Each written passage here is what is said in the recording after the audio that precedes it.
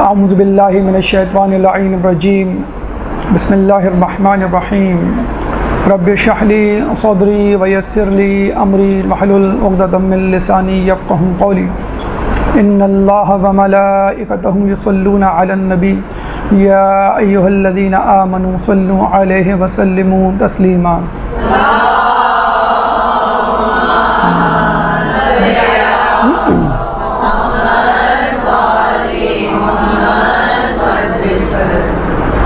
جیسے کہ آپ لوگوں کو معلوم ہے کہ 15 شعبان نیمہ شعبان شب بدھ کو ہے، اور انشاءاللہ ہم سب اس رات کو شب بیداری کریں گے، امام سے راز و نیاز کریں گے، امام کے نام عریضہ لکھیں گے، اور تمام شیعان علی پوری دنیا کے کونے کونے میں امام کے ظہور کی دعا کریں گے۔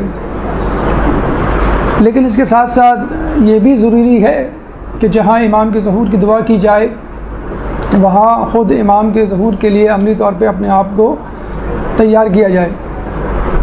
اور آپ کو معلوم ہے کہ جب کسی چیز، کسی امتحان، کسی بڑے واقعے کی تیاری کی جائے تو اگر اس میں ایک کمپٹیشن کا پہلو یا عنصر داخل ہو جائے تو تیاری دو چند ہو جاتی ہے، آدمی مزید فعال ہو جاتا ہے، خصوصی طور پہ جب وہ یہ دیکھتا ہے کہ فلاں شخص،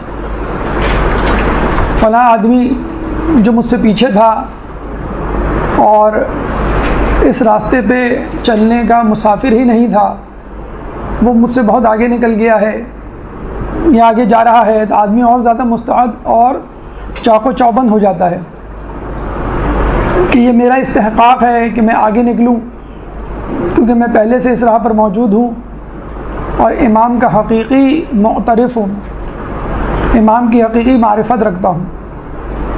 چنانچہ انتظار مہدی کے حوالے سے یہ یاد رکھ لیجئے کہ نہ صرف شیعان علی بلکہ غیر شیعہ افراد، بلکہ غیر مسلم بھی اس بات پہ یقین رکھتے ہیں کہ ایک دن ایسا آئے گا کہ جس دن ایک نجات دہندہ پوری دنیا کو ظلم و ستم سے نجات دلائے گا اور اس دنیا کو عدل و انصاف سے اس طرح بھر دے گا جیسے یہ ظلم و ستم سے بھری ہوئی ہوگی۔ چنانچہ انتظار مہدی اور ادیان عالم، یہ ہمارا آج کا موضوع ہے کہ جس میں ہم غیر شیعہ ادیان یا غیر اسلام ادیان کے حوالے سے گفتگو کریں گے اور یہ بتلائیں گے کہ دنیا میں موجود دوسرے مذاہب میں امام زمانہ کے حوالے سے کس طرح کا انتظار، کس طرح کی شخصیت کا ذکر موجود ہے۔ لیکن اس سے پہلے مقدمتاً کچھ باتیں آپ کے گوش گزار کرنا ضروری ہیں کہ نظریہ انتظار کیا ہے۔ کچھ لوگوں کے نزدیک یہ نظریہ انتظار باطل ہے اور وہ یہ کہتے ہیں کہ ہمیں کسی کا انتظار نہیں کرنا چاہیے، خود سے کوشش کرنی چاہیے، اور کسی نجات دہندہ کا انتظار وہ لوگ کرتے ہیں یا کر رہے ہیں جو کہ سست اور کاہل ہیں، جو کہ ترقی نہیں کرنا چاہتے، جو کہ بیوقوفوں کی جنت میں رہتے ہیں، جنہوں نے ایک جنت دوزخ کا حیبلہ اور خواب اپنے ذہنوں میں سجایا اور اس جنت کی خواہش میں جی رہے ہیں اور مستعدی، فعالیت، ترقی، حرکت ان کے اندر نام کو نہیں پائی جاتی۔ اس کا جواب سب سے پہلے سن لیجئے، وہ یہ کہ اگر امام کا انتظار کرنے والے جنت کے متلاشی اور متمنی لوگ سست اور کاہل ہیں تو ہم نے تو تاریخ میں یہ دیکھا ہے کہ انبیاء کا ساتھ دینے والے ہمیشہ یہی لوگ تھے جنہوں نے جنت کا خواب دیکھا، جنہوں نے امام زمانہ کا خواب دیکھا، اور تاریخ گواہ ہے کہ سب سے زیادہ مشکلات، پریشانی، صعوبتیں، ذلت، اہانت، قربانیاں انہی لوگوں نے دی ہے جن لوگوں نے انبیاء کا ساتھ دیا، جبکہ اس کے مخالف میں جو لوگ تھے وہ بادشاہوں، حکمرانوں، حوث پرستوں کے اعلی کار تھے اور ان کو صرف دنیا سے سروکار تھا، ان کو دنیا میں فساد پھیلانے سے سروکار تھا، جبکہ انبیاء کا ساتھ دینے والوں نے ہمیشہ دنیا میں امن قائم کرنے کی کوشش کی ہے۔ لوگوں کی مدد کرنے کی کوشش کی ہے، اپنا حصہ دوسرے لوگوں کو دینے کی کوشش کی ہے، لوگوں کو ظلم سے روکا ہے اور لوگوں سے ان کا حق ان تک پہنچایا ہے، لوگوں کو ان کا حق ان تک پہنچایا ہے۔ تو پہلی بات تو یہ کہ جو امام کا انتظار کر رہے ہیں وہ سست اور کاہل لوگ نہیں ہیں، بلکہ مستعد اور فعال لوگ ہیں، اور تاریخ اس بات کی گواہ ہے۔ اب وہ لوگ جو منتظر ہیں اور انتظار مہدی کے حق میں ہیں، اب ان کی دلیل سنیے۔ یہ تو دلیل تھی ان لوگوں کی جو منکر مہدی ہیں، جو کہتے ہیں کہ ہم کسی مہدی کو نہیں مانتے اور کوئی نجات دہندہ نہیں آئے گا، ہمیں خود کچھ کرنا ہے، اور یہ سب سست کاہلوں کی باتیں ہیں۔ اس کا جواب ہم نے مختصراً دے دیا۔ اب آئیے ہم لوگوں کا، ان لوگوں کا نظریہ کہ جو کہتے ہیں کہ امام مہدی آئیں گے اور ہم ان کے منتظر ہیں۔ اس ضمن میں کسی آیت قرآنی اور روایت معصوم کو دینے کی ضرورت نہیں، کیونکہ ہمارے مخاطب وہ لوگ ہیں جو دین پہ یقین ہی نہیں رکھتے، جو قرآن پہ یقین ہی نہیں رکھتے، ایتھیسٹ لوگ، ملحد لوگ، کافر لوگ، دشمنان دین ہیں۔ تو ان کو ایک سادہ سا، مختصر سا، عقلی، لاجیکل آنسر دینے کے بعد ہم گفتگو آگے بڑھائیں گے۔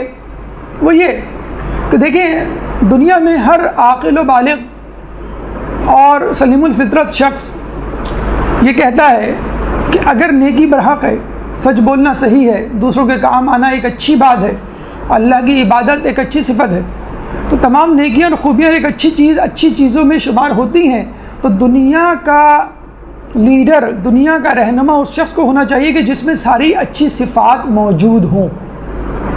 ہر انسان، چاہے وہ اچھا یا برا، وہ چاہتا ہے کہ اس کا لیڈر، اس کا رہنما جس کے پیچھے وہ چل رہا ہے، وہ تمام نیکیوں کا، تمام صفات کا مالک ہو۔ جب بھی ہم دیکھتے ہیں کہ لوگوں نے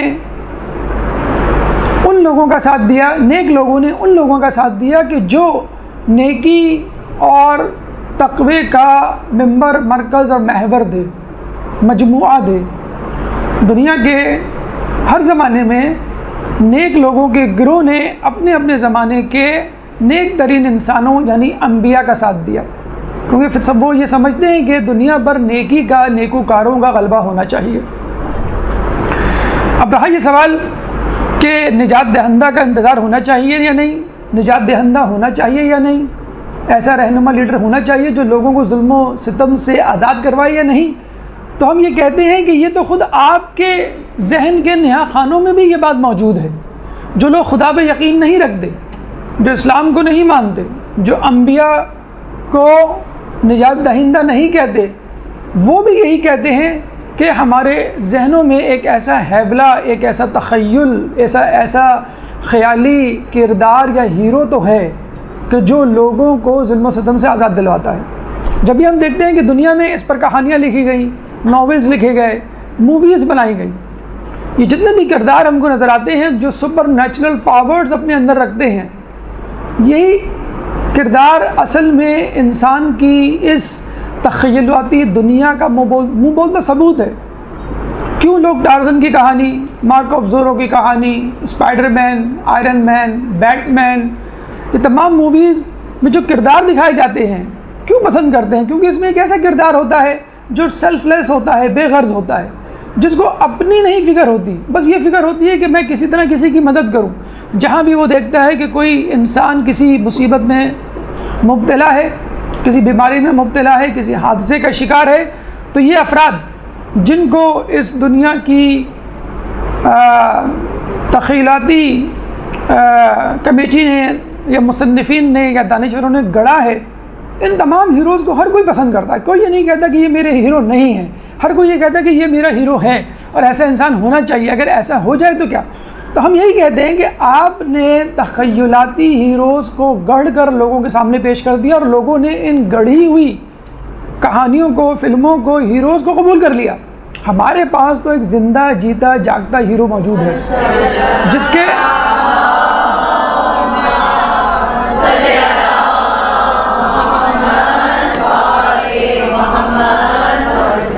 کے اندر نہ صرف سپر نیچرل پاورز ہیں کہ وہ ایک جگہ سے دوسری جگہ پہنچ سکتا ہے، وہ ہر کسی کی مدد کر سکتا ہے، ہر کسی سے زیادہ طاقتور ہے، بلکہ اس کے اندر نیک صفات بھی موجود ہیں۔ وہ عابد بھی ہے، وہ متقی بھی ہے، وہ اللہ کا بھیجا ہوا نمائندہ بھی ہے، بلکہ اس میں پچھلے انبیاء کی جھلک بھی موجود ہے۔ جس طرح پچھلے انبیاء آتے تھے، آج کل کی ہیروز اور نجات دہندہ کو اگر آپ لیں تو ان ہیروز ان نجات دہندہ میں کبھی بھی کسی بھی کردار میں کسی نبی کی جھلک نظر نہیں آئے گی، لیکن ہمیں فخر ہے کہ ہم جس نجات دہندہ کا انتظار کر رہے ہیں اس کے اندر پچھلے انبیاء کی جھلک موجود ہے، اس کا رابطہ، اس کا خاندان، اس کی نسل کا سلسلہ رسول اللہ سے پہلے انبیاء سے جا کے ملتا ہے۔ تو اگر کوئی تخیلاتی کہانی اور کردار بنا کر پیش کرتا ہے، اس کو ہاتھوں ہاتھ لیا جاتا ہے، تو کیوں نہ ہم اپنے حقیقی کردار کو جو اس وقت زندہ پائندہ موجود ہے، فقط ہمارے لیے انتظار کر رہا ہے، یہ نہیں کہ وہ اپنی تیاری کر رہا ہے، ہم ان تیاری میں مصروف ہیں، اس لیے وہ ظہور نہیں کر رہا۔ اگر وہ چاہے تو وہ خود اکیلا بھی اس دنیا کو فتح کر سکتا ہے، لیکن وہ اکیلا جنت میں جانا نہیں چاہتا۔ وہ چاہتا ہے میرے ساتھ میرے چاہنے والے بھی جنت میں جائیں، وہ چاہتا ہے کہ میری کامیابیوں میں میرے چاہنے والوں کا بھی حصہ لکھا جائے۔ اگر میں کوئی ملک فتح کروں، دنیا کو عدل و انصاف سے بھروں، تو شیعان علی منتظرین امام مہدی کا نام بھی میرے ساتھ ساتھ شامل ہوں۔ یہ وہ فلسفی ہے، یہ وہ حقیقی کردار ہے جس کو ہم نے اپنے ذہن میں لیا ہوا ہے، اور یہ وہ لاجک ہے، یہ وہ عقلی دلیل ہے جس کی بنا پر ہم کہتے ہیں کہ ہم امام مہدی کو اور امام مہدی کا انتظار کرنے کو بجا طور پہ حق کہنے کے حقدار ہیں، اس کا استحقاق رکھتے ہیں کہ دنیا بھی اسی نجات دہندہ کی جسے کہتے ہیں کہ تلاش میں ہے۔ کبھی وہ مصنوعی طور پہ اس کو بنا کے پیش کر دیتی ہے، اور کبھی وہ بنا نہیں پاتی، جبکہ ہمارا کردار اللہ کی طرف سے بنا کر بھیجا گیا ہے۔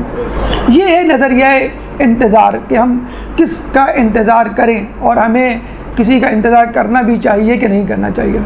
اب دوسری بات، انتظار کے معنی کیا ہیں؟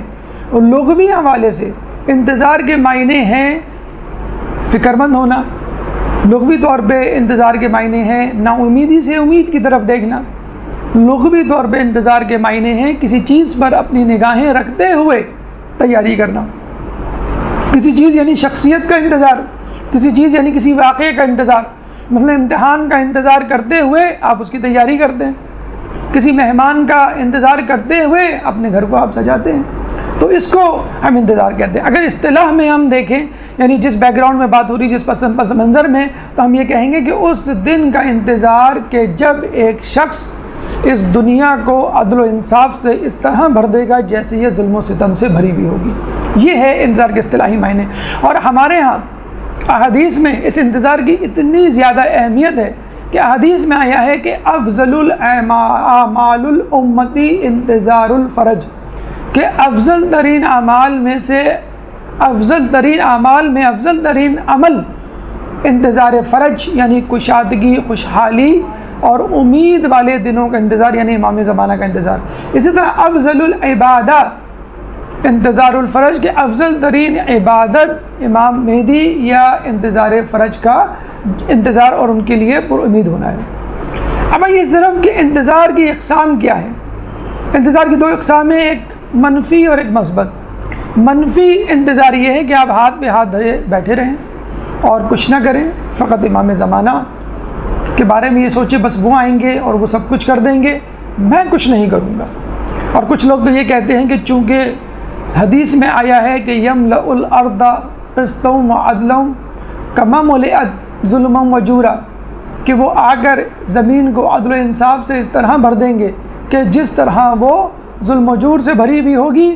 تو ہمیں چاہیے کہ ہم دنیا میں ظلم کریں، ہمیں چاہیے کہ ہم دنیا میں ظلم کو پروموٹ کریں اور گناہ کریں تاکہ دنیا بھر جائے۔ یقیناً امام اسی وقت ظہور کریں گے، لیکن اس صورت میں آنے کے بعد وہ سب سے پہلے اپنی تلوار سے آپ کی گردن اڑائیں گے، یعنی ان لوگوں کی گردن اڑائیں گے کہ جنہوں نے اس دنیا کو ظلم و ستم سے بھر دیا تھا۔ جبکہ دوسرا انتظار کیا ہے؟ متحرک انتظار، فعال انتظار، اور امام کے لیے اس طرح کے انتظار کے جس طرح کے امام کو مطلوب ہے، امام کو جو سپاہی مطلوب ہیں، امام کو جو افراد مطلوب ہیں، وہ صفات اپنے اندر پیدا کرنا، امام کے لیے گراؤنڈ تیار کرنا، امام کے لیے زمینہ فراہم کرنا، امام کے لیے مقدمہ تیار کرنا۔ جیسے ایرانی انقلاب ایک طرح کا زمینہ ہے، مقدمہ ہے۔ جب بھی ہم دعا مانگتے ہیں کہ ایران کے انقلاب کو قائم رکھ اور اسے قائم کے انقلاب سے متصل کر دے۔ تو ہمارے لیے ضروری ہے کہ ہم ایسا انتظار کریں کہ جس میں فعالیت ہو اور جس میں ایسے کاموں کی تحریک ہو کہ جن کاموں کو امام زمانہ پسند کرتے ہیں۔ اب آئیے ان ادیان، ان اقوام، ان افراد کی طرف چلتے ہیں کہ جو امام زمانہ کا انتظار کر رہے ہیں، ان کتابوں کی طرف چلتے ہیں کہ جن میں امام زمانہ کے تعارف یا ان کا اشارہ موجود ہے۔ ہماری وہ کتابیں نہیں، ان افراد کا تعلق ہمارے مذہب سے نہیں، لیکن چونکہ جوش و ولولے کے لیے ضروری ہے کہ ہمیں معلوم ہو کہ ہمارے آس پاس کے لوگ کیا کر رہے ہیں اور امام زمانہ کا کس طرح انتظار کر رہے ہیں، کہ جب وہ لوگ جن کے وہ امام نہیں ہیں یا جن کو وہ امام نہیں مانتے وہ بھی انتظار کر رہے ہیں، تو آپ جس کو اپنا امام مانتے ہیں آپ خود کیوں نہ انتظار کریں۔ تو سب سے پہلے عیسائیوں کی طرف چلتے ہیں۔ عیسائیوں کی کتاب انجیل میں امام زمانہ کا نام مہمیز درج ہے، اور یہ کہا گیا ہے کہ اپنے آپ کو آئندہ ہونے والی جنگوں سے پریشان مت کرو اور دل گرفتہ مت ہو، کیونکہ یہ دنیا کا اختتام نہیں۔ اپنے چراغوں کو جلا کر رکھو اور اپنے مالک کا انتظار کرو۔ کتنے خوش نصیب ہیں وہ افراد کہ جو اپنے مالک کے آنے پر بیدار رہتے ہیں اور جن کا مالک انہیں بیدار دیکھے۔ آخری ایام میں حضرت عیسیٰ اور مہدی ظہور کریں گے، وہ دجال اور شیطان کو شکست دیں گے۔ اب آپ دیکھیے ان بائبل کی، ان انجیل کی سطروں میں وہی علامات پوشیدہ ہیں جو ہمارے یہاں موجود ہیں کہ آخری ہونے والی جنگوں میں دل گرفتہ نہ ہو۔ ہمیں بھی بتلایا گیا ہے کہ امام کے ظہور کے وقت ایک ایسی جنگ ہوگی، عالمی جنگ کی، جس میں 2/3 افراد مر جائیں گے۔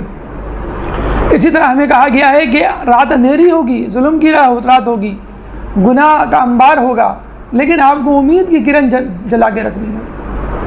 وہاں کہا گیا ہے کہ وہ اس طرح ظہور کریں گے کہ تمہیں گمان بھی نہیں ہوگا۔ ہمارے یہاں بھی یہ روایت ہے کہ چاہے قیامت کے آنے میں ایک دن ہی کیوں نہ رہ جائے، اللہ تعالیٰ اس دن کو اتنا طویل کرے گا کہ ایک نجات دہندہ آئے گا اور جو اس دنیا کو عدل و انصاف سے ایسے بھر دے گا جیسے یہ ظلم و ستم سے بھری ہوئی ہوگی۔ پھر ہمارے یہاں یہ ہے کہ ان کے ساتھ عیسیٰ علیہ السلام بھی آئیں گے اور دجال کو، شیطان کو شکست دیں گے۔ ہمارے یہاں روایتوں میں آیا کہ جب اللہ تعالیٰ سے شیطان نے یہ کہا تھا کہ مجھے وقت معلوم کی مہلت دے، تو وہ قیامت تک کی مہلت نہیں دی بلکہ ظہور امام زمانہ تک کی مہلت دی، کیونکہ اس کے بعد لوگ اس طرح راہ راست پر آ جائیں گے ایک روایت کے مطابق کہ لوگ شیطان کے جھانسے میں پھر دوبارہ نہیں آ پائیں گے۔ تو یہ وہ روایت ہیں جو انجیل میں موجود ہیں۔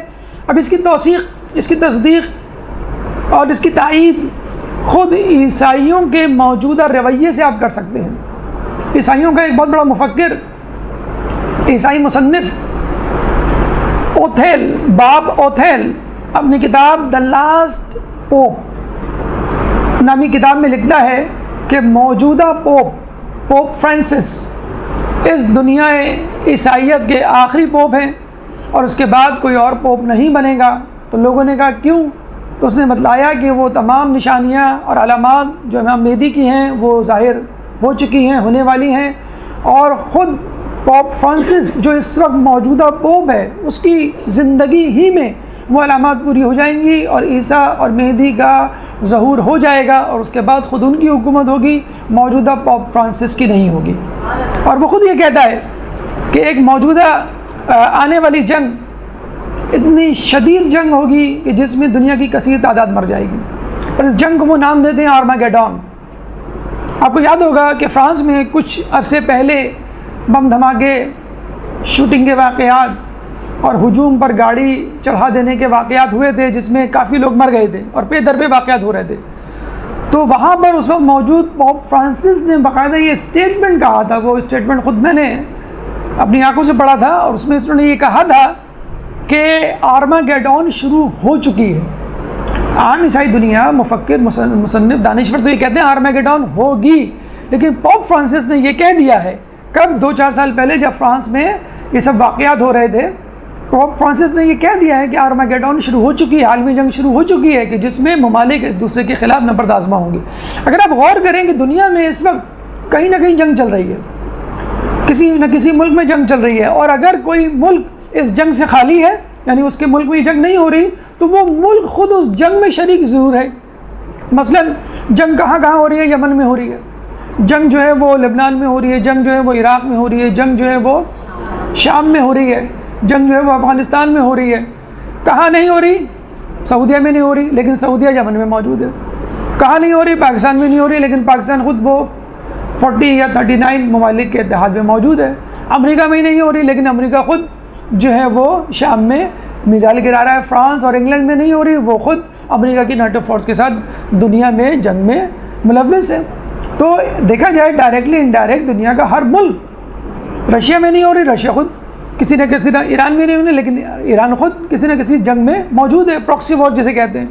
تو دنیا خود آٹومیٹیکلی دو کیمپس میں ڈیوائڈ ہو چکی ہے. ایک وہ کیمپ ہے جس کا لیڈر امریکہ ہے، جس کے ساتھ یورپی ممالک ہیں، جس کے ساتھ آل سعود ہے، جس کے ساتھ دوسرے عرب ممالک ہیں جن کو آل سعود نے خرید لیا، اور دوسری طرف ایران اور وہ لوگ کہ جو ان ممالک کے، جو کہ امریکہ کے جھنڈے تلے یا امریکہ کی چھتری تلے جمع ہوئے ہیں، اس کے خلاف ہے. تو یہ وہ جنگ ہے جو شروع ہو چکی ہے.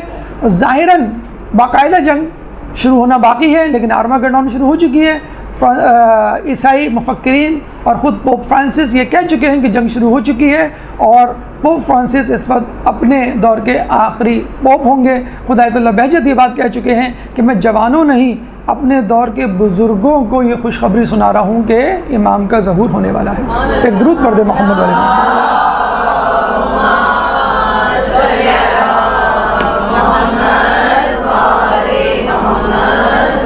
یہودی دنیا، یہودی قوم جو کہ زبور پہ، جو کہ توریت پہ یقین رکھتی ہے، جو زبور کو کھولے ہیں تو اس میں باقاعدہ امام مہدی کا نام القائم موجود ہے کہ قائم عن قریب ظہور کرے گا، اور وہ ایک کنیز کے بطن سے ہوگا.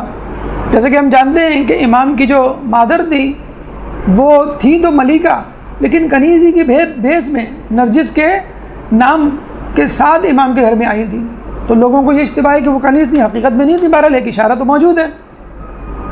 پھر یہ کہ جب وہ ظہور کریں گے تو منافقوں اور ظالموں کا خاتمہ ہو جائے گا، اور جب وہ ظہور کریں گے تو لوگ کمزوروں کو، اللہ تعالیٰ کمزوروں کو اور ان کا انتظار کرنے والوں کو دنیا کا جو ہے وہ بادشاہ بنا دیں گے. پھر اس کے بعد ہم یہ دیکھتے ہیں کہ وہ یہ بھی کہتے ہیں کہ مسیح اور جسے کہتے ہیں کہ مہدی مل کر دنیا سے ظلم و ستم کا جو ہے وہ خاتمہ کریں گے. پھر ہم توریت کی طرف آتے ہیں تو توریت میں آپ کا نام اوقیل ہوتا ہے، لکھا ہوا ہے. زبور میں آپ کا نام قائم، اور اس سے پہلے انجیل میں آپ کا نام مہمیز، اور توریت میں آپ کا نام اوقیل. اور اس میں بھی جناب مسیح کا تذکرہ موجود ہے اور جناب مہدی کا تذکرہ موجود ہے کہ یہ دونوں آ کر دنیا سے شر کا خاتمہ کریں گے. اب عیسائیوں اور یہودیوں کے حوالے سے تھوڑی سی تفصیل سن لیجئے کہ جب موسیٰ علیہ السلام اس دنیا سے گئے تو انہوں نے اپنی کتابوں میں یہ تلاش کیا کہ آنے والا آخری نجات دہندہ 80 صفات کا مالک ہوگا.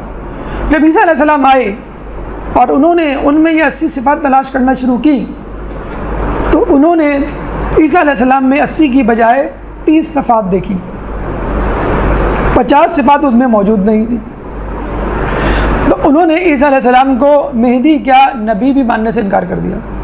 اور عیسیٰ علیہ السلام کتنے زیادہ دشمن ہو گئے کہ باقاعدہ ان کو قتل کر دیا. کیسے قتل کیا آپ کو معلوم ہوگا. عیسیٰ علیہ السلام جب اپنے حواریوں کے ساتھ ایک مکان میں بند تھے اور جس مکان سے عیسیٰ علیہ السلام کو اللہ تعالیٰ نے کھڑکی کے ذریعے رستے اوپر اٹھایا تھا، وہاں پہ ان کے حواری موجود تھے اور انہیں پیشن گوئی کر دی تھی کہ کون کون حواری جو ہے مرتد اور کافر ہو جائے گا اور کون جو ہے میرے مذہب پر رہے گا.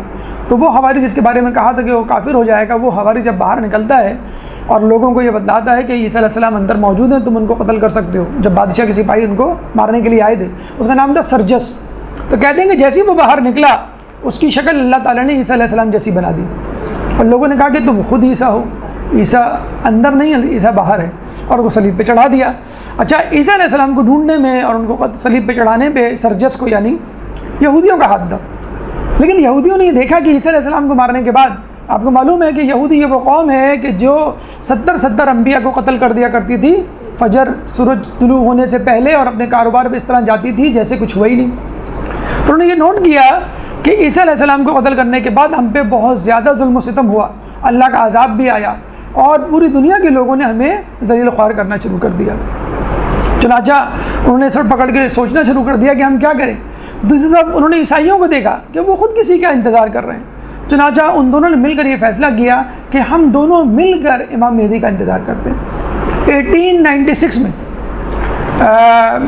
تھیوڈرل رسل نامی شخص نے ایک کتاب ایک صہیونی ازم کے نام سے ایک نظریہ پیش کیا اور یہ کہا کہ ہمیں امام زمانہ کے لیے، امام مہدی کے لیے ایک زمین لینی چاہیے، ایک ملک بنانا چاہیے تاکہ جب امام آئیں تو ہم ان کو اس ملک میں ویلکم کریں، پھر وہاں سے ایک فوج تیار کریں اور پھر وہ فوج پوری دنیا پہ جا کر حملہ کرے اور ان کا ہم ساتھ دیں۔ چنانچہ سب سے پہلے قاموس کتاب مقدس جو کہ ہاکس نامی مصنف کی تھی، اس کے نظریے کے بعد یہ جو دوسرا شخص آیا تھیوڈرل کے نام سے، اس نے کہا کہ ہمیں صہیونزم کی بنیاد رکھنی چاہیے۔ چنانچہ اس نے کٹر یہودیوں کو جمع کیا اور ان عیسائیوں کو جمع کیا کہ جو یہودیوں کا ساتھ دینے کے لیے تیار تھے۔ ان دونوں نے مل کر متمول یہودیوں کو ہائر کیا اور ان سے کہا کہ آپ فلسطین میں موجود علاقوں کو خریدنا شروع کریں۔ انہوں نے فلسطینیوں سے، غریب فلسطینیوں سے ان کی زمینیں، جاگیر اور ان کے مکانات خریدنے شروع کیے اور وہاں اتنی زیادہ کثرت میں آ گئے کہ فلسطینی اقلیت میں تبدیل ہو گئے۔ ایک زمانے میں فلسطینی اپنے گھر بیچ کے جب مختلف یورپی اور امریکی ممالک کا رخ کر رہے تھے تو فلسطینی حکومت نے باقاعدہ ان ممالک کو خط لکھا کہ اگر آپ کے پاس کوئی فلسطینی آئے تو اس کو اپنی نیشنلٹی مت دیے گا، لیکن لوگوں نے نہیں سنا، حکومت نے کوئی کان نہیں دھرا اور فلسطینی پوری دنیا میں بکھر گئے، منتشر ہو گئے اور ان کی جگہ پر، ان کے شہر پہ، ان کے ملک پر، آدھے سے زیادہ ملک پر خود اسرائیل کا قبضہ ہو گیا۔ گریٹر اسرائیل منصوبہ جسے کہا جاتا ہے۔ چنانچہ اسرائیل کو اقوام متحدہ نے 1947 میں یہ ڈکلیئر کیا کہ یہ مقدس سرزمین ہے، جو کہ مسلمانوں کے لیے بھی مقدس ہے، جو کہ عیسائیوں کے لیے بھی مقدس ہے، جو کہ یہودیوں کے لیے بھی مقدس ہے۔ چنانچہ اس سرزمین کو اقوام متحدہ کے کنٹرول میں ہونا چاہیے، کسی خاص قومیت، ملک اور مذہب کے ماننے والوں کے کنٹرول میں نہیں ہونا چاہیے، اور انہوں نے اس کا کنٹرول اپنے ہاتھ میں لے لیا۔ حقیقت میں ان کا کنٹرول نہیں تھا بلکہ یہودیوں کا کنٹرول تھا، صہیونیوں کا کنٹرول تھا کہ جو اسرائیل پہ قبضہ کرنا چاہتے تھے۔ اور اتفاق کی بات یہ ہے کہ انہوں نے 1947 کا انتخاب کیا اس قرارداد کو منظور کروانے کے لیے۔ کیوں؟ کہ 1947 میں پاکستان وجود میں آیا تھا اور اس بنیاد پر وجود میں آیا تھا کہ مسلمان ایک اپنا تشخص، ایک مذہب رکھتے ہیں، چنانچہ انہیں اپنے مذہب پر عمل کرنے کی آزادی کے لیے ایک ایسے خطے کی ضرورت ہے کہ جہاں ان کے مذہب پہ عمل درآمد پہ کوئی رکاوٹ نہ ڈال سکے۔ تو انہوں نے کہا کہ جب پاکستان مذہب کے نام پر بن سکتا ہے تو اسرائیل یہودی مذہب کے نام پر کیوں نہیں بن سکتا؟ اور یوں گریٹر اسرائیل کا خواب جو ہے وہ پورا ہو گیا۔ اور ابھی حالیہ دور میں آپ نے دیکھا بھی ہوگا کہ باقاعدہ آل سعود میں محمد بن سلمان نے باقاعدہ اعلان بھی کیا ہے کہ جس طرح ہر قوم اور ملک و ملت کو یہ حق حاصل ہے کہ اپنا وطن حاصل کریں، اسی طرح یہودیوں کو بھی حق حاصل ہے کہ وہ اپنا وطن حاصل کریں۔ تو یہ وہ اسرائیل ہے۔ اچھا، 1900 میں ہر شخص اس حدیث، اس روایت میں ہنستا تھا کہ امام زمانہ جب ظہور کریں گے تو وہ بیت المقدس کی طرف جائیں گے، وہاں پہ یہودیوں سے لڑیں گے، ان کو قتل کریں گے۔ تو لوگ بڑے ہنستے تھے اس روایت پہ کہ بھئی بیت المقدس پہ تو کوئی یہودی نہیں، ایک یہودی نہیں رہتا، وہاں تو سارے مسلمان رہتے ہیں۔ تو جب ان کو پتہ چلا کہ 1947 پھر 1967 میں وہاں اسرائیل کا قیام وجود میں آیا تو اب لوگوں کو جا کے کہیں اس حدیث کے بارے میں یقین آتا ہے کہ امام زمانہ بیت المقدس کیوں جائیں گے اور کیوں کر یہودی وہاں پر جمع ہوں گے۔ جسے کہتے ہیں نا کہ جب گیدڑ کی شامت آتی ہے تو شہر کی طرف رخ کرتا ہے، تو جب یہودی کی شامت آتی ہے تو وہ اسرائیل کی طرف رخ کرتا ہے۔ تو وہاں اسرائیل میں یہودی جمع ہی اس لیے ہو رہے ہیں کہ امام زمانہ کو دنیا کے کونے کونے میں جانے کی زحمت نہ برداشت کرنی پڑے، وہ اسرائیل ہی آ کر تمام یہودیوں کا جو ہے وہ قلع کما کر دیں۔ ایک درود پڑھ دیں محمد علی محمد۔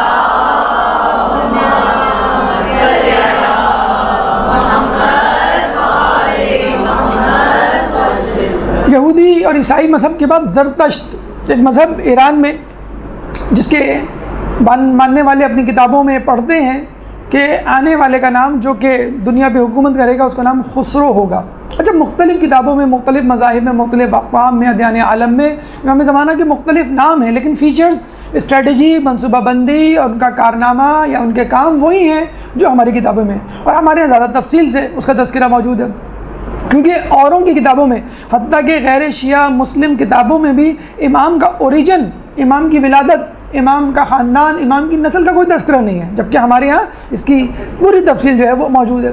تو زردشت کہتے ہیں کہ اس شخص کا نام خسرو ہوگا جو پوری دنیا پہ حکومت کرے گا، اور وہ ہاشم کی ذریت سے ہوگا، اور وہ خورشید عالم پیغمبر کی بیٹی کے نسل سے ہوگا۔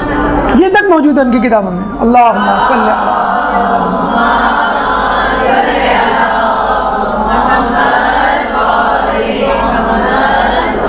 پھر وہ کہتے ہیں کہ دنیا میں ہمیشہ سے اہریمان اور ایزدان کی جنگ چلتی رہی ہے۔ اہریمان یعنی شرپسند عناصر، اور ایزدان یعنی خیر والے عناصر، اور ہمیشہ اہریمان کو ایزدان پر فتح حاصل ہوتی رہی ہے، لیکن آخری زمانے میں ایزدان کے ساتھ اللہ کا نمائندہ اور اللہ کی نصرت بھی شامل ہو جائے گی، اور وہ ہمیشہ کے لیے اہریمان پر غالب آ جائیں گے، کیونکہ اہریمان دنیا کی تو طاقت ہے، آسمان کی نہیں، جبکہ ایزدان دنیا کی بھی طاقت ہے اور آسمان کی بھی طاقت ہے۔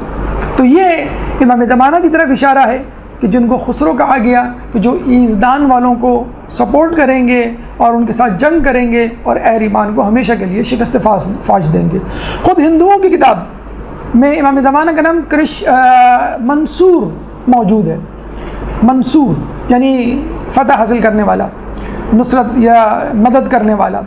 تو ان کے بارے میں کہا جاتا ہے کہ ان کے ہاں بہت سارے پیغمبر، خود ان کے پیغمبر جن کو یہ کہتے ہیں کہ یہ خدا کی طرف سے آئے ہوئے ہوں گے، شوقمنی ایک پیغمبر ان کا گزرا ہے کہ جس نے کہا کہ آخری دور میں ایک شخص آئے گا کہ جو اس پوری دنیا پر غلبہ حاصل کرے گا، اور پوری دنیا کے لوگ ایک مذہب پر جمع ہو جائیں گے۔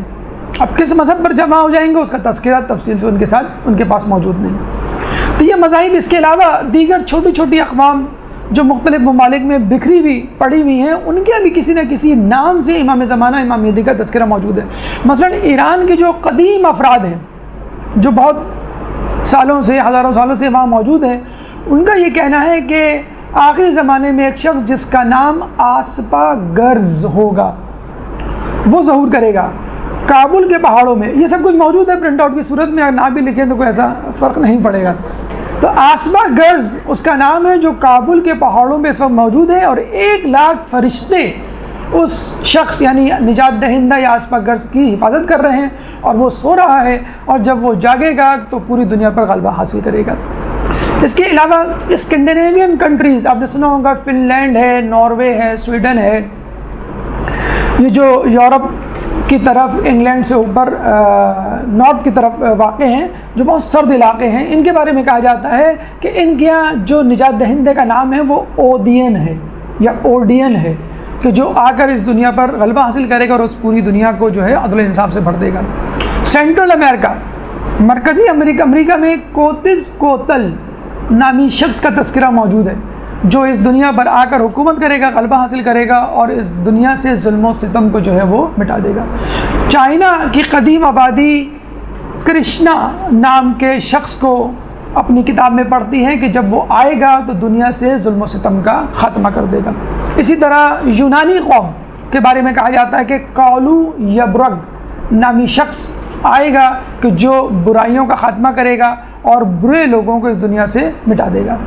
اس کے بعد ہمارے ہی مذہب اسلام سے تعلق رکھنے والے غیر شیعہ مسلک کا نظریہ آپ کو معلوم ہے کہ وہ بھی امام مہدی پر یقین رکھتے ہیں، لیکن وہ یہ کہتے ہیں کہ امام زمانہ یا امام مہدی امام حسن علیہ السلام کی نسل سے ہوں گے، اور جس طرح امام حسن علیہ السلام نے حاکم شام سے معاہدہ کر کے یا صلح کر مسلمانوں میں اتحاد قائم کیا اور مسلمانوں کے دو گروہوں کو لڑائی کرنے سے روکا، اسی طرح جب امام مہدی آئیں گے تو وہ اپنے جد امام حسن کی طرح مسلمانوں کے دو گروہوں کو، شیعہ اور غیر شیعہ گروہوں کو متحد کر دیں گے، اور ان کے درمیان لڑائی ہمیشہ کے لیے ختم ہو جائے گی، اور یہ دونوں متحد ہو کر ان لوگوں کے خلاف جنگ کریں گے کہ جو اسلام کے خلاف ہوں گے۔ بہرحال غیر شیعہ مذاہب میں، غیر شیعہ اقوام میں، غیر شیعہ ادیان میں امام زمانہ کا نام، امام زمانہ کے کارنامے یا ان کی خصوصیات کسی نہ کسی طور پہ مندرج ہیں لیکن ہمارے پاس جو تفصیلات ہیں وہ پوری مکمل تفصیل ہیں. جیسے پچھلے درس میں ہم نے بات کی تھی کہ امام زمانہ کی ولادت، پھر امام زمانہ کا غائب ہونا، پھر ان کا غیبت صغریٰ میں جانا، پھر ان کا غیبت کبریٰ میں جانا، اس کے بعد اپنے نائبین کے ذریعے رابطہ رکھنا، موجود مجتہدین اور مرجع اکرام ہیں ان سے کسی نہ کسی طور پہ رابطے میں رہنا. اور پھر جب وہ ظہور کریں گے تو اس سے پہلے غیر حتمی علامات کیا ہیں، اور پھر ظہور سے عین چند دن پہلے حتمی علامات کیا ہوں گی، اور جب وہ ظاہر ہوں گے تو کن کے خلاف جہاد کریں گے، کن لوگوں کو جو ہے اس دنیا سے واصل جہنم کریں گے، ان کی حکومت کا طرز زندگی اور طرز فکر کیا ہوگا، اور لوگ ان کا کس طرح ساتھ دیں گے، اور اس وقت ان کی غیبت میں ہمیں ان کا کس طرح ساتھ دینا چاہیے. ایک درود پڑھ دیں محمد والے محمد.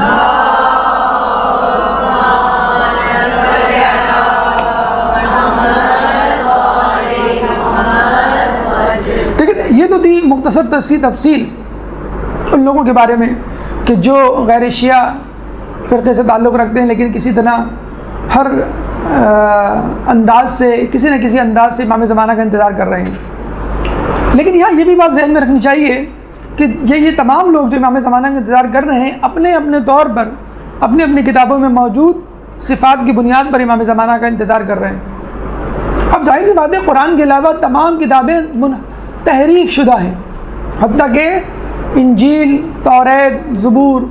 تو یہ جو آسمانی کتابیں ہیں وہ بھی تحریف شدہ ہیں، تو زرتشتیوں کی کتابیں، ہندوؤں کی کتابیں، یونانیوں کی یا چینیوں کی کتابیں کتنی زیادہ تحریف شدہ ہوں گی. اگر فرض کر لیجئے تحریف شدہ کتابوں میں، تحریف شدہ مواد میں تحریف شدہ خصوصیات کا حامل کوئی شخص آ جاتا ہے بن کر، یہ دعویٰ کرتا ہے کہ میں امام مہدی ہوں، تو پھر کیا ہوگا؟ کیونکہ وہ لوگ تو ان کے ساتھ چل لیں گے اور کہیں گے ہاں بھئی تم ہماری کتابوں کے عین مطابق ہو. تو یہاں یہ آپ کو بتلانا مقصود ہے کہ لوگوں نے نظریہ مہدی یا مہدویت کا غلط فائدہ اٹھایا ہے. جس طرح انبیاء کے بعد جھوٹے نبی اور ان کے دعوے دار پیدا ہوئے، اسی طرح امام زمانہ کے ظہور سے پہلے، ان کی آمد سے پہلے ان کے دعوے دار شروع ہو جائیں گے. نبیوں کے بارے میں دیکھیں ان کے جانے کے بعد دعوے دار پیدا ہوئے، لیکن یہاں امام زمانہ کے ظہور سے پہلے امام مہدی کے دعوے دار شروع ہو جائیں گے. کہتے ہیں کہ اچھا یہ باقاعدہ ایک چیپٹر ہے، باقاعدہ ایک موضوع ہے، ایک ڈسکشن کا عنوان ہے المہدیون کے نام سے. اگر آپ انٹرنیٹ پہ جائیں تو المہدیون کے نام سے باقاعدہ ایک عنوان ہے جس کے تحت اس پہ بحث ہوتی ہے کہ کن کن لوگوں نے کن کن مقامات پر کن حالات میں اپنے امام زمانہ ہونے کا جو ہے وہ دعویٰ کیا. خود مسلمانوں میں نہیں، عیسائیوں اور یہودیوں میں بھی ایسا ہوا ہے کہ مختلف زمانوں میں مختلف لوگوں نے امام مہدی ہونے کا دعویٰ کیا ہے. عیسائیوں میں اب تک 12 جعلی یا جھوٹے مہدی پیدا ہو چکے ہیں اور ان کا رد ہو چکا ہے، وہ اپنے کیفر کردار کو پہنچ چکے ہیں. اسی طرح یہودیوں میں 24 امام زمانہ کے جھوٹے دعوے دار پیدا ہو چکے ہیں جنہوں نے اپنے آپ کو امام مہدی کا جو ہے وہ دعویٰ کیا تھا لوگوں کے سامنے، اور وہ اپنے کیفر کردار کو پہنچ چکے ہیں. خود مسلمانوں میں امام مہدی کے دعوے دار پیدا ہوتے رہے ہیں اور مزید پیدا ہوں گے. خود امام زمانہ کے حقیقی ظہور سے پہلے بھی کہتے ہیں کہ امام مہدی کا دعویٰ کرنے والوں کی کثرت ہوگی. اب یہاں پر ہم آپ کے سامنے چند جھوٹے دعوے داران مہدی کا تعارف کروا رہے ہیں تاکہ آپ یہ سمجھیں کہ اگر کوئی شخص اپنے تئیں امام مہدی ہونے کا دعویٰ کرتا ہے تو کس نوعیت کا، کس خصوصیت اور کن خصوصیات کا اور کس بیک گراؤنڈ کا مالک ہو سکتا ہے. کہ یہ نہ ہو کہ جب امام زمانہ ظہور کریں اور آپ ان کو چھوڑ کے ان امام زمانہ اس امام مہدی کی طرف چلے جائیں کہ جو جھوٹا دعوے دار ہے، جیسے آج کل ہو رہا ہے. پاکستان جیسے جاہل معاشرے میں بہت سارے ایسے دعوے دار مل جائیں گے جو مختلف کرامات یا جھوٹے معجزوں کی بنیاد پر جو ہے وہ لوگوں کو اپنا گرویدہ بنا لیتے ہیں. اچھا جن لوگوں پر امام مہدی کا لوگوں کو شک ہوا یا جن لوگوں نے امام مہدی کا دعویٰ کیا، ان کی 3 اقسام بتائی جاتی ہیں. پہلی اقسام تو ان لوگوں کی ہے کہ جو صالحین میں سے تھے، متقی پرہیزگار لوگوں میں سے تھے، اور انہوں نے کبھی بھی امام مہدی کا دعویٰ نہیں کیا. یہ لوگ تھے کہ جنہوں نے ان کو امام مہدی بنا دیا اور مشہور کر دیا ان کے منع کرنے کے باوجود. نمبر 1 مثلا محمد حنفیہ مشہور کر دے گئے امام مہدی نے، حالانکہ وہ امام مہدی نہیں تھے۔ 7ویں امام کے بارے میں مشہور کر دیا گیا، حالانکہ وہ امام مہدی نہیں تھے۔ بہت سارے ابھی اس کی مثالیں میں آپ کو دوں گا۔ دوسرے نمبر پہ وہ افراد ہیں کہ جنہوں نے خود اپنے تئیں امام مہدی ہونے کا دعویٰ کیا عزت، دولت، شہرت اور اقتدار کی لالچ میں، جیسے مہدی ابن منصور جو کہ بنو عباس کا بادشاہ تھا، اس کے بیٹے نے یہ دعویٰ کیا۔ تیسرے نمبر پہ اس قسم کے لوگوں کا نام آتا ہے کہ جن کو استعمار نے استعمال کیا، برٹش گورنمنٹ نے خصوصی طور پہ استعمال کیا، مثلا علی باب جو بہائی مذہب کا بانی ہے، مثلا مرزا احمد قادیانی جس کو برٹش گورنمنٹ نے سپورٹ کیا۔ تو یہ وہ افراد ہیں جن پر مہدی ہونے کا شبہ کیا گیا یا جنہوں نے خود سے اپنے طور پہ مہدی ہونے کا دعویٰ کیا۔ تو چند مثالیں آپ کے سامنے تاکہ آپ کے اذہان میں یہ بات رہے کہ لوگ کس طرح مہدی بن جاتے ہیں یا کس طرح لوگ دوسروں کو مہدی بنا دیتے ہیں۔ درود پڑھ دیں محمد والے محمد۔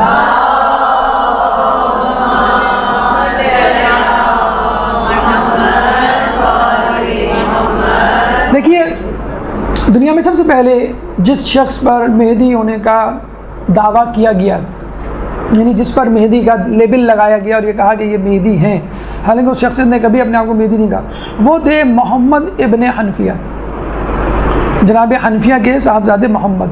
اچھا، اس کی شاید مثال، اس کی وجہ بھی یہی تھی کہ ان کا نام محمد تھا۔ خود رسول کی حدیث ہے کہ جو نجات دہندہ ہوگا، جو عدل انصاف سے دنیا کو بھرے گا، وہ میرا ہم نام ہوگا، اس کا نام میرے نام پر، اس کی کنیت میری کنیت پر ہوگی۔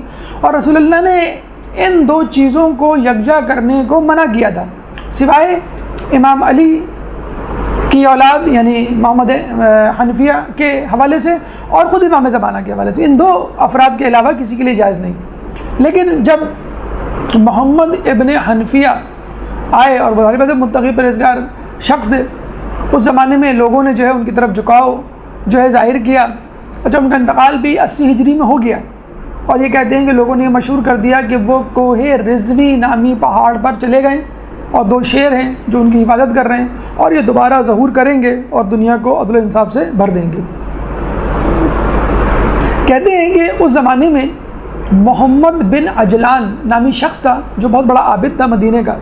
اس نے لوگوں کو یہ کہنا شروع کر دیا کہ ہاں میں ان کے امام مہدی ہونے کی تصدیق کرتا ہوں۔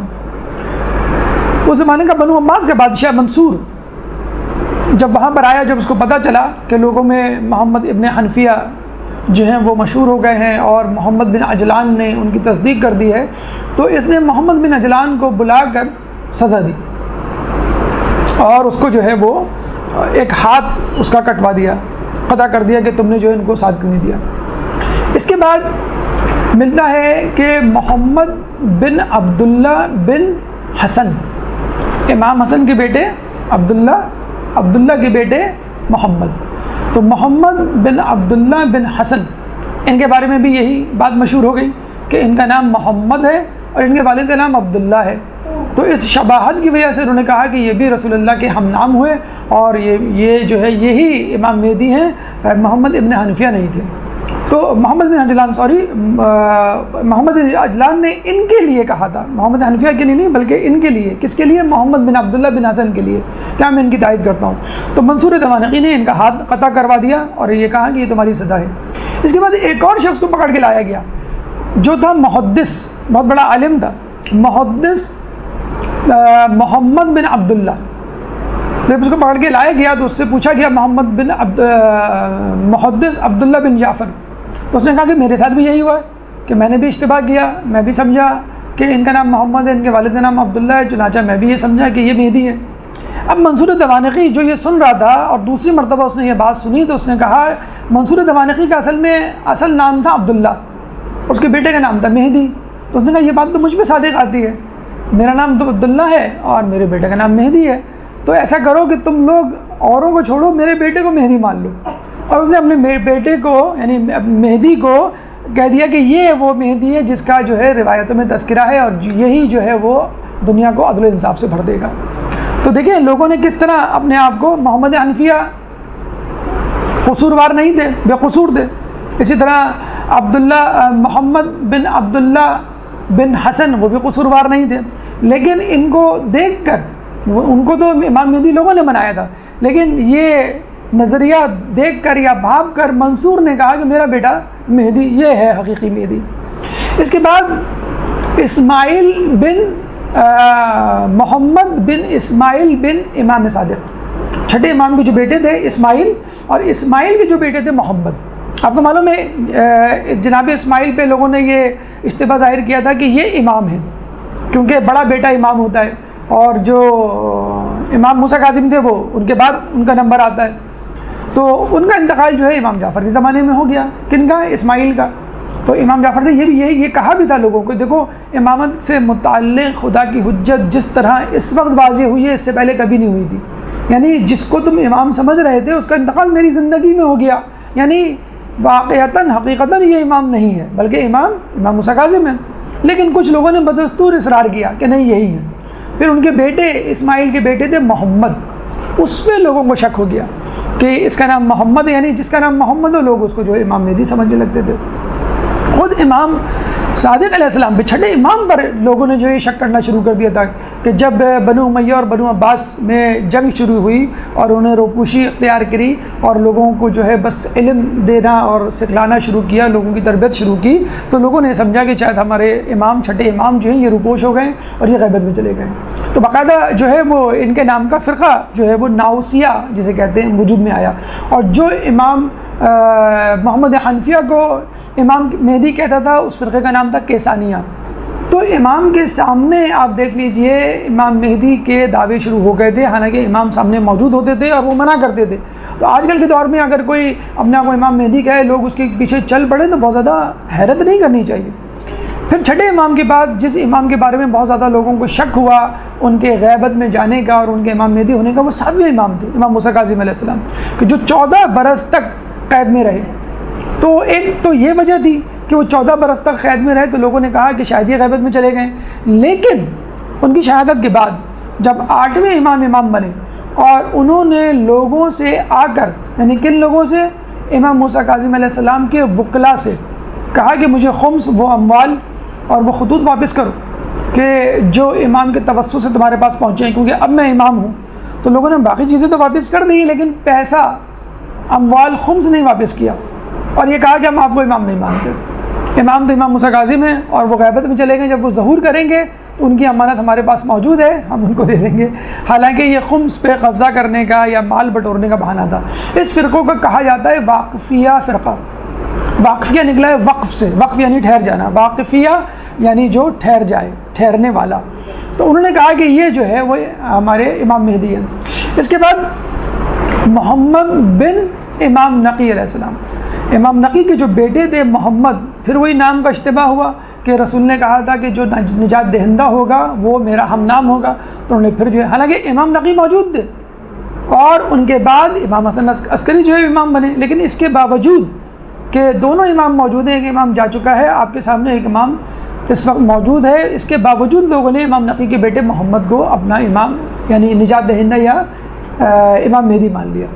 خود امام حسن عسکری علیہ السلام کے بارے میں ملتا ہے، کیونکہ انہوں نے آئندہ کے دور کے لیے یعنی خود امام زمانہ کے لیے راہ ہموار کرنے کے حوالے سے خود اپنے طور پہ بہت زیادہ اپنے آپ کو محدود اور مقید کر لیا تھا، اپنے طور پہ بہت کم لوگوں سے ملا کرتے تھے، تو لوگوں نے ان کے بارے میں شک شروع کر دیا کہ یہ شاید غیبت میں چلے گئے۔ اچھا، جب ولادت ہوئی تھی 12ویں امام کی تو وہ بڑی خفیہ ولادت تھی، ہم نے آپ کو بتایا تھا، بہت کم لوگوں کو، بہت ہی قریبی لوگوں کو بتایا تھا، عام پبلک کو نہیں بتایا تھا، تو جو کمزور ایمان کے تھے یا فتنہ پھیلا سکتے تھے، تو وہ بھی ان کی تعداد کثیر تھی۔ انہوں نے یہ کہا کہ شاید امام جو ہے وہ غیبت میں چلے گئے ہیں، کیوں کہ 12ویں امام کی ولادت کا تو ہمیں پتہ ہی نہیں چلا، تو 12واں امام تو ہے ہی نہیں، تو 11واں امام ہی غیبت میں چلا گیا ہے، جب وہ واپس آئے گا تو ہم پھر اس کے ہاتھ پہ بیعت کریں گے۔ تو یہ خود ایک فرقہ جو ہے وہ وجود میں آ گیا۔ تو یہ ائمہ کے حوالے سے آپ نے دیکھا کہ خود اماموں کو امام مہدی کہہ دیا گیا، حالانکہ انہوں نے خود کبھی کلیم نہیں کیا، چھٹے امام نے کلیم نہیں کیا، امام نقی نے، امام حسن عسکری علیہ السلام، امام موسیٰ کاظم نے، کسی نے نہیں۔ اس طرح ان کے اہل بیت، ان کے اہل خانے میں سے کسی فرد کو جس کا نام محمد ملا، محمد بن اسماعیل، محمد بن امام نقی، ان کو جو ہے ان پر لیبل لگا دیا کہ یہ ہے امام مہدی ہیں۔ آپ خود دیکھ لیجئے، بڑا اچھا جملہ، بڑی اچھی بات لوگ علماء دانشور اس موقع پر کہتے ہیں کہ امام مہدی کا دعویٰ کرنا جھوٹا دعویٰ کرنا امام مہدی کا اس بات کی دلیل ہے کہ اصلی امام مہدی موجود ہے. جبھی تو نقل مارکیٹ میں موجود میں آتی ہے، لوگ نام کا فائدہ اٹھاتے ہیں اور ایک کاپی لوگوں کے سامنے پیش کرتے ہیں. اب حالیہ دور میں یا قریبی دور میں جو گزرے ہیں ان کے 2 نام میں آپ کو اور لے لوں، پھر اس گفتگو اختتام کریں. ویسے تو اس کی پوری لسٹ ہے، مطلب 21 امام مہدی جو ہے گزرے ہیں یا جن پر لیبل لگایا گیا ہے، مطلب جو اپنے اپنے زمانے میں مشہور و معروف رہے ہیں. اس کے علاوہ پتہ نہیں کتنے امام مہدی ہیں جو مختصر سے وقفے میں یا محدود علاقے میں رہے ہوں گے اور اس دنیا سے چلے گئے ہوں گے. اب سنیے 3 امام مہدی کا اور آخر میں تذکرہ کر دیں. مرزا احمد قادیانی جو کہ 18ویں صدی کے آخر میں اور 19ویں صدی کے شروع میں 1906 میں غالباً اس کا انتقال ہوا. 1835 میں یہ پیدا ہوا اور بہت ہی جینیس آدمی تھا. دیکھیں مہدی بنتے کیسے ہیں، یعنی سو کالڈ مہدی یا مہدی کا دعویٰ لوگ جو کون کرتے ہیں، ایک جاہل آدمی کبھی بھی نہیں کرے گا، ایک عام آدمی کبھی بھی نہیں کرے گا، ایک عالم آدمی کرے گا. اچھا یہ بھی ایک عجیب بات ہے کہ یہ بھی ممکن ہے کہ عالم آدمی امام مہدی کا دعویٰ کرے اور یہ بھی ممکن ہے کہ عالم آدمی امام مہدی کا منکر ہو جائے. یہ بھی ہے، اس کی دونوں مثالیں موجود ہیں، اس کی بھی مثالیں ہم آپ کو دیتے ہیں. تو مرزا احمد قادیانی کے بارے میں کہا جاتا ہے کہ 1835 میں پیدا ہوا، بہت جینیس تھا اور اس کا تعلق جو ہے وہ فارس سے تھا. فارسی بہترین بولتا تھا، عربی بہترین آتی تھی اور اس کے والد بھی عالم تھے اور اس نے اپنے زمانے میں بہت سارے علماء سے جو ہے وہ علم حاصل کیا تھا اور اتنا زیادہ جسے کہتے ہیں کہ علمیت کا حامل تھا کہ اس نے بڑے بڑے مناظرے کیے تھے. عیسائیوں کے ساتھ مناظرے کیے اور ان کو پچھاڑا، پھر جو ہندوؤں کے ساتھ مناظرے کیے پھر ان کو پچھاڑا، ان کو مات دی. پھر بعد میں جسے کہتے ہیں نا کہ شیطان علم رکھتا تھا، لوگ کہتے ہیں نا کہ بھائی سب کچھ موجود ہے لیکن پھر بھی کچھ لوگ جانتے بوجھتے ہمارے مذہب کو کیوں نہیں اختیار کرتے. تو ہم یہی کہتے ہیں کہ بھائی شیطان کو بھی تو سب کچھ معلوم تھا لیکن کیا تکبر میں آ گیا. تو بس ایسے لوگ جو علم کے حامل ہوتے ہیں تکبر میں آ جاتے ہیں. اب یہ تکبر میں آ گیا کہ میں عیسائیوں کو پچھاڑ سکتا ہوں، میں جو ہوں وہ ہندوؤں کو پچھاڑ سکتا ہوں، کہ مجھے لگتا ہے کہ اللہ نے مجھے منتخب کر لیا اور میں کچھ ہوں. ہمارے یہاں میں کچھ ایسے لوگ وجود میں آ جاتے ہیں نا، بڑی جلدی نماز شب پڑھنا شروع کیا، 2-4 خواب دیکھ لیے، 2-4 بد دعائیں دیں اور وہ صحیح ثابت ہو گئی تو لوگوں نے کہا بھائی ہم بڑے پہنچے ہیں، میری بد دعا نہ لینا ورنہ میں جس کو بد دعا دے دوں اور میرے ساتھ جو ہے جو لڑائی کرتا ہے وہ نیست نابود ہوتا ہے اور وہ جہنم میں جائے گا وغیرہ وغیرہ. اچھا اس نے 2-4 پیشن گوئیاں بھی کر دی تھی اور وہ پیشن گوئیاں بھی جو ہے وہ ثابت ہو گئی صحیح. مثلا ایک عیسائی سے اس کا مناظرہ ہوا، وہ ہار گیا، اس نے کہا یہ میری زندگی میں مر جائے گا اور وہ مر گیا. یہ کوئی ایسی بڑی مطلب پیشن گوئی اور وہ نہیں تھی میری زندگی میں مر جائے گا. اچھا کہتے ہیں کہ مرزا احمد قادیانی کے زمانے میں انٹرکام نیا ایجاد ہوا تھا، انڈیا نہیں پہنچا تھا. یہ کس طرح انگلینڈ سے اس نے منگا لیا انٹرکام. تو کہتے ہیں کہ اس کا جو ریسیپشنسٹ تھا وہ انٹرکام پہ ملاقاتی کی پوری تفصیل معلوم کر لیتا تھا، آپ کا نام کیا، آپ کے باپ کا نام کیا، آپ کیوں آئیں، آپ کا تعلق کہاں سے وغیرہ وغیرہ. اور جب وہ دروازے سے مہمان خانے میں آتا اور اس کو انتظار کروایا جاتا بھی مصروف عبادت میں، مصروف ملاقاتیوں میں، تو وہ انٹرکام میں تمام تفصیل پوچھ لیا کرتا تھا. پھر کہتا تھا کہ تمہارا نام یہ ہے، تم فلاں جگہ سے آئے ہو اور تم اس مسئلے کا شکار ہو. اور وہ کہتا کہ بھائی آپ تو علم غیب جانتے ہیں اور وہ جو ہے وہ ان کا گرویدہ ہو جایا کرتا تھا. لوگ کس طرح جو ہے لوگوں کو بیوقوف بناتے ہیں آپ جان سکتے ہیں. باقاعدہ اس نے یہ کہا کہ مجھے وحی آئی ہے کہ اے احمد اٹھ اور لوگوں کو صحیح راستہ دکھا کہ جن لوگوں کے آباء و اجداد تک حق نہیں پہنچا. اور پھر وما رمیتا اذ رمیتا، کہ تم نے تیر نہیں مارا بلکہ ہم نے تیر مارا یا اللہ نے تیر مارا. یا جاء الحق وزهق الباطل ان الباطل کان زهوقا، کہنے لگا کہ آیتیں میرے لیے اتری ہیں اور میں ہی وہ مہدی موعود ہیں. اور عیسیٰ علیہ السلام مر چکے جن کے بارے میں عیسائیوں کا عقیدہ ہے کہ وہ مہدی بن کے آئیں گے، کچھ عیسائیوں کا یہ بھی عقیدہ ہے. تو اس نے کہا میں مہدی ہوں. پھر اس کو اس پر بھی صبر نہیں ہوا، اس نے کہا نہیں مجھے مزید پروموشن چاہیے. تو لوگوں سے اس نے کہا کہ میں 40 دن کا چلہ کاٹنے جا رہا ہوں اور اس دوران تم انتظار کرنا، میں اللہ سے ارتباط کروں گا جیسے رسول اللہ غار حرا میں جاتے تھے، اور پھر میں دیکھوں گا کہ اللہ مجھے کیا حکم دیتا ہے. تو اس نے ایک مسجد میں جا کر اس کی چھت پر 40 دن تک چلہ کاٹا اور 40 دن کے بعد آیا تو اس نے 2 گھنٹے عربی میں خطبہ دیا. اور لوگ کہتے ہیں کہ ایسا لگ رہا تھا کہ اس کو الہام ہو رہا ہے. اب ان لوگوں کے حالات پڑھیں تو تھوڑی دیر کے لیے آدمی بھی ڈگمگا جائے کہ یہ کیسے لوگ تھے. عالم فاضل، بہت زیادہ علم رکھنے والے، حافظ، ہر قسم کی جسے کہتے ہیں کہ جہل سے علم کو گرفت کرنے والے، لیکن کیا حب جاہ کا شکار ہو گئے. 40 دن بعد یہ آیا تو اس نے یہ کہا کہ مجھ پر وحی اتری ہے کہ اب ہم نے تم کو نبی بنا دیا. تو اس کی ترقی ہو گئی. اس نے کہا میں امام نہیں، میں اب جو ہوں نبی بن گیا ہوں، اور رسول اللہ جو تھے وہ آخری نبی نہیں تھے، وہ آخری نبی میں ہوں، اور جس کے بارے میں جو ہے وہ قرآن میں آیا ہے. تو بہرحال خیر وہ اس دنیا سے چلا گیا، لیکن مہدی کا دعویٰ کرنا اور اس کا سلسلہ جاری رہا. گور شاہی یہ تو ابھی اسی صدی میں 2006 میں ان کا انتقال ہوا ہے کہ یہ بھی سکر میں کسی جگہ پہ رہتے تھے. ان کو بھی تصوف کا بہت شوق تھا. یہ لوگوں کے پاس گئے، پیروں کے پاس گئے، مزاروں کے پاس گئے، لیکن ان کی مراد بھر نہیں آئی. تو خود ان کو الہام ہو گیا کہ تم خود ہی نجات دہندہ ہو. تو انہوں نے جو ہے لوگوں کو جو ہے وہ اپنے پاس جو ہے وہ جمع کرنا شروع کر دیا، اور یہ بھی کہہ دیا کہ چاند پر میری تصویر موجود ہے، حجر اسود بھی میری تصویر موجود ہے. جب لوگ ان کو مارنے کو دوڑے تو یہ انگلینڈ چلے گئے، پھر وہاں سے جا کے اپنے لوگوں کو کنٹرول. یہ اتفاق کی بات ہے کہ قادیانیوں کو بھی انگلینڈ کنٹرول کر رہا تھا، اور مرزا یہ گوہر شاہی کو بھی انگلینڈ والوں نے کنٹرول کیا. ایک آپ نے سنا ہوگا مہدی کا دعوے دار تھا علی باب، جس نے بہائی مذہب کی بنیاد رکھی. کہاں پہ؟ شیراز میں، ایران میں. یہ فقط 30 سال کی عمر میں انتقال کر گیا. اس 30 سال میں اس نے ماشاءاللہ اتنی ترقی کی، ہم منتظر مہدی نہیں بن سکتے، ہم وہ 30 سال میں مہدی بن گیا. تو اس نے جو یہ دعویٰ کر دیا کہ میں مہدی ہوں اور لوگ جو ہیں وہ میرے ہاتھوں پر بیعت کریں. لوگوں نے جو ہے وہ دھڑا دھڑ اس کے ہاتھ پہ بیعت کرنی شروع کی، اور برٹش گورنمنٹ کا کہتے ہیں کہ ہاتھ تھا اس کو مہدی بنانے میں، اور اس نے جو ہے وہ کتابیں بھی لکھنا شروع کی. اس زمانے میں ایک عورت تھی. اب عورتوں کا بھی کردار سن لیجیے. آپ لوگ کہتے ہیں کہ ہم کچھ نہیں کر سکتے، ہم کیا کریں گے امام کے لیے. اب آپ سنیں دیکھیے کہ عورت جب کرنے پہ آئے تو کیا. اس زمانے میں ایک عورت تھی زرین تاج، اس کا نام تھا اصل، لیکن قرۃ العین کے نام سے وہ بعد میں مشہور ہوئی، اور بہت بڑی شاعرہ تھی. ہمارے جو شاعر ہیں جان ایلیا، وہ اس سے بہت متاثر تھے. تو وہ بھی تقریباً اسی دور میں پیدا ہوئی تھی، اور مجتہد باپ کی بیٹی تھی.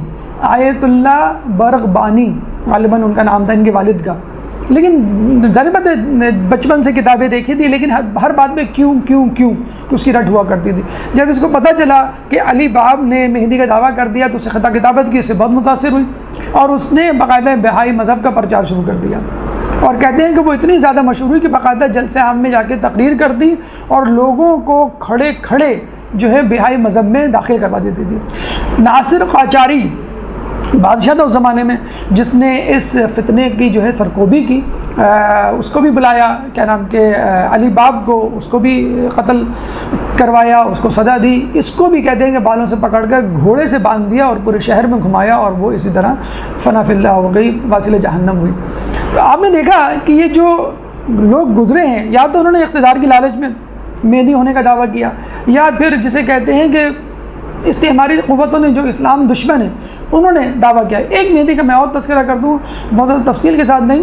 1979 میں شاید آپ نے سنا ہو، 1979 میں خانہ کعبہ پہ قبضہ ہوا تھا، اور اس قبضے کے لیے پاکستانی کمانڈوز گئے تھے، اور انہوں نے وہ قبضہ جو ہے وہاں سے بچایا تھا. تو جہنی قبیلہ تھا سعودی عرب کا، اس نے وہاں پہ قبضہ کیا تھا، اور محمد جہومنانی یا محمد جہنی نامی شخص نے اپنے امام مہدی ہونے کا دعویٰ کر دیا تھا کہ میں امام مہدی ہوں اور میرا ظہور ہو چکا ہے، اور میں جو ہوں دنیا میں عدل و انصاف دوں گا. کیونکہ عدل و انصاف تو خود سعودیہ میں نہیں ہے.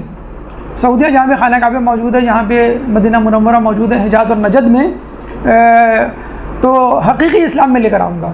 تو جو آل سعود تھے عبدالعزیز کے اولادوں میں سے، انہوں نے کہا کہ ہم نے 1930 میں سعودیہ پہ قبضہ تو کر لیا ہے، اور آل سعود کو اس کا مسئول بھی بنا دیا ہے، لیکن حقیقی اسلام تو ہم بہرحال نہیں لا سکے. عبدالوہاب کی بنیاد پر ہم نے تھوڑا بہت محبی مذہب تو پھیلا دیا ہے، لیکن وہ ایک فرقہ واریت کے طور پر ہم نے اس کو پھیلایا ہے، لیکن حقیقی اسلام تو نہیں ہے. تو محمد جوہنی نے کہا کہ تم لوگ جو ہے وہ حقیقی اسلام لے کر آؤ، تب میں جو ہے خانہ کعبہ کو آزاد کروں گا. تو کہتے ہیں کہ پاکستانی کمانڈوز گئے تھے اور باقاعدہ جو ہے وہ اس کو آزاد کروایا تھا خانہ کعبہ کو. پھر اس نے کہا تھا کہ اب ہم جو ہے حقیقی طور پہ اسلام کو متعارف کروائیں گے. 1979 میں جو سعودیہ میں انقلاب آیا تھا، آج محمد بن سلمان اسی انقلاب کو وائنڈ اپ کر رہا ہے. اور کہہ رہا ہے کہ ہم اس انقلاب کو واپس لیتے ہیں، ہمیں آزادی کی طرف جانا ہے، ہمیں لبرلائزیشن کی طرف جانا ہے۔ وہابی مذہب جو ہم نے امریکہ اور استعمار کے کہنے پر پھیلایا تھا وہ اب ہم نہیں پھیلائیں گے، اب جو ہے ہم لوگوں کو ایک ماڈریٹ اور روشن خیال مسلمان کے طور پر متعارف کروانا چاہتے ہیں۔ تو اب دیکھیے کہ دنیا میں جتنے نشیب و فراز آئے امام مہدی کے حوالے سے یا نبیوں کے دعوے داروں کے حوالے سے، وہ کتنے خطرناک تھے اور لوگوں کی ایک کثیر تعداد گمراہ ہوئی ہے۔ جب سامری کے کہنے پر 6 لاکھ میں سے 5.5 لاکھ افراد گمراہ ہو سکتے ہیں تو ہم لوگوں میں سے افراد کیوں نہیں گمراہ ہو سکتے؟ اس کا بہترین طریقہ کیا ہے؟ اس کا بہترین طریقہ یہ ہے کہ خدا کے بعد رسول، رسول کے بعد ائمہ، ائمہ کے بعد مراجعین اکرام، مجتہدین کا دامن تھام لیجئے تاکہ بیچ میں کوئی گیپ، کوئی خلا نہ رہے۔ دیکھیں پانی یا حملہ اسی وقت سے ہوتا ہے جب کوئی مورچہ خالی ہو۔ خدا موجود ہے، خدا کے بعد انبیاء موجود ہیں، انبیاء کے بعد رسول اللہ، رسول اللہ کے بعد ائمہ، ائمہ کے بعد نائبین۔ ائمہ کے نائبین کون ہیں؟ مجتہدین ہیں۔ اگر آپ نے ان سے رابطہ توڑ لیا اور اپنے آپ کو خود ساختہ طور پہ مجتہد قرار دے دیا، اپنے طور پہ یہ کہہ دیا کہ نہیں میں یہ سمجھتا ہوں کہ ایسا ہونا چاہیے، ویسا ہونا چاہیے، تو اگر آپ مجتہد بھی بن جائیں گے تو شیطان آپ کو ہائی جیک کر لے گا۔ کمال حیدر بشیر نجوی کے کلاس فیلو، امام مہدی کا منکر۔ ہم نے کہا نا عالم دین ہو کر عالمی مہدی کا دعویٰ کر دیتا ہے، یہاں عالم دین ہو کے آپ امام مہدی کا انکار کر رہے ہیں۔ آیت اللہ دفاعی، مجھے جو نام یاد پڑتا ہے، امام خمینی کے کلاس فیلو، وہ امام مہدی کا منکر۔ احمد قبانچی نجف میں مدرسہ چلا رہا ہے، اپنے آپ کو جو عالم دین کہتا ہے، وہ امام مہدی کا منکر۔ تو ایسے ایسے لوگ قوم اور نجف میں رہتے ہوئے یا تو امام مہدی کا انکار کر رہے ہیں یا خود امام مہدی ہونے کا دعوے دار ہو رہے ہیں۔ تو جب یہ لوگ راہ حق سے ہٹ سکتے ہیں تو اگر ہم نے تھوڑی سی بھی غفلت، تھوڑی سی بھی بے توجہی کا اظہار کیا یا مظاہرہ کیا غیر ذمہ داری کا، تو ہم بھی ان میں سے کسی میں شامل ہو جائیں گے۔ میں آپ کو چھوٹی سی مثال دیتا ہوں کہ ابھی کچھ دنوں پہلے صدام حسین کی تدفین پر مشتمل ایک واٹس ایپ ویڈیو سرکولیٹ ہو رہی ہے۔ بڑے مزے سے لوگ کہہ رہے ہیں کہ دیکھیے ان کو 12 سال بعد اپنے آبائی گاؤں میں دفنایا گیا، لاش صحیح سلامت ہے اور چہرے پہ ویسا ہی نور جو مرتے وقت تھا۔ پتہ چلا کہ وہ پہلی تدفین کی ویڈیو کلپ تھی جو یہ کہہ کر سرکولیٹ کی گئی کہ یہ 12 سال بعد دوبارہ تدفین کی گئی ہے، ان کا جسم جو ہے بالکل سلامت ہے۔ تو آپ دیکھ لیجئے اگر انٹرنیٹ کام کا ہے تو انٹرنیٹ آپ کو انحراف کی طرف بھی لے جا سکتا ہے۔ اگر آپ کے اندر شکوک و شبہات موجود ہیں، ڈاؤٹس موجود ہیں، اشتباہات موجود ہیں، اشکالات موجود ہیں، فوراً اپنے اساتذہ، فوراً اپنے خیر خواہوں، فوراً اپنے مجتہدین سے رجوع کیجئے اور ان سے سوالات پوچھیے۔ اگر آپ نے اپنی طور پہ اپنے تئیں ان سوالات کو حل کرنے کی کوشش کی تو پھر وہی ہوگا جو اخباریوں کے ساتھ ہو رہا ہے، جو اغالیوں کے ساتھ ہو رہا ہے۔ کبھی شہادت ثالثہ وجود میں آئے گی، کبھی شہادت اربع، اور پھر کتنی 12 شہادتیں اب وجود میں آنے والی ہیں۔ تو مجتہدین سے رابطہ رکھیے، نمبر 1۔ نمبر 2 مقامی علماء سے رابطہ رکھیے۔ نمبر 3 انٹرنیٹ جتنے بھی میڈیا کے ذرائع ہیں ان میں آنے والی ویڈیوز یا اسٹیٹمنٹس، ان کو محتاط انداز سے پڑھیے، محتاط انداز سے یقین کیجئے۔ اگر تصدیق کر سکتے ہوں تصدیق ضرور کروائیے، ورنہ اس پر یقین نہیں کیجئے۔ چوتھی بات، غیر شیعہ منابع، غیر شیعہ مجالس میں بیٹھنے سے احتراز کیجئے۔ ابھی خاتون آئی کہنے لگی مجھے فلاں جو ہے وہ دعوت اسلامی والوں نے شرکت کی دعوت دی تھی، میں ان کے دعوت میں گئی، مجھے تو بہت اچھا لگا، میرے لیے نعرے لگوائے گئے۔ تو ہم نے کہا بس اسی طرح تو لوگ جو ہے گمراہ کر دیں۔ تو غیر شیعہ منابع، غیر شیعہ ویب سائٹس، غیر شیعہ محفلوں میں جانے سے اعتراض کیجئے۔ یہ ان لوگوں کے لیے چھوڑ رکھیے کہ جو اسکالرز ہیں، جو علماء ہیں، جو تحقیق کے لیے ان کی کتابوں یا ویب سائٹس کا جو ہے وہ دور کر دیں۔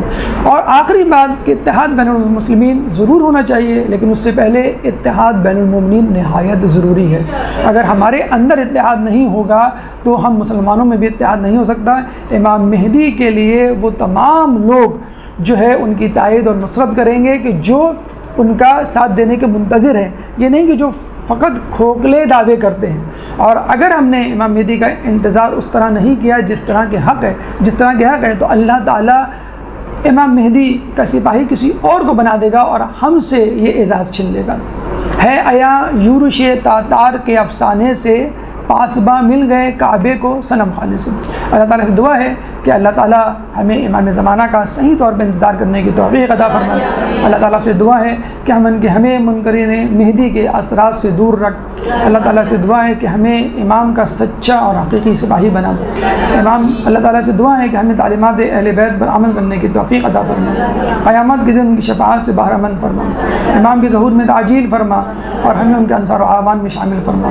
ربنا تقبل منا انک انت السمیع العلیم وتب علینا انک انت التواب الرحیم برحمتک یا ارحم الراحمین۔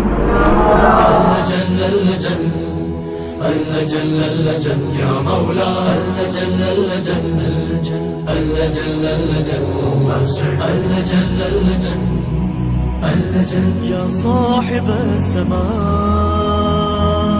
اللجن اللجن اللجن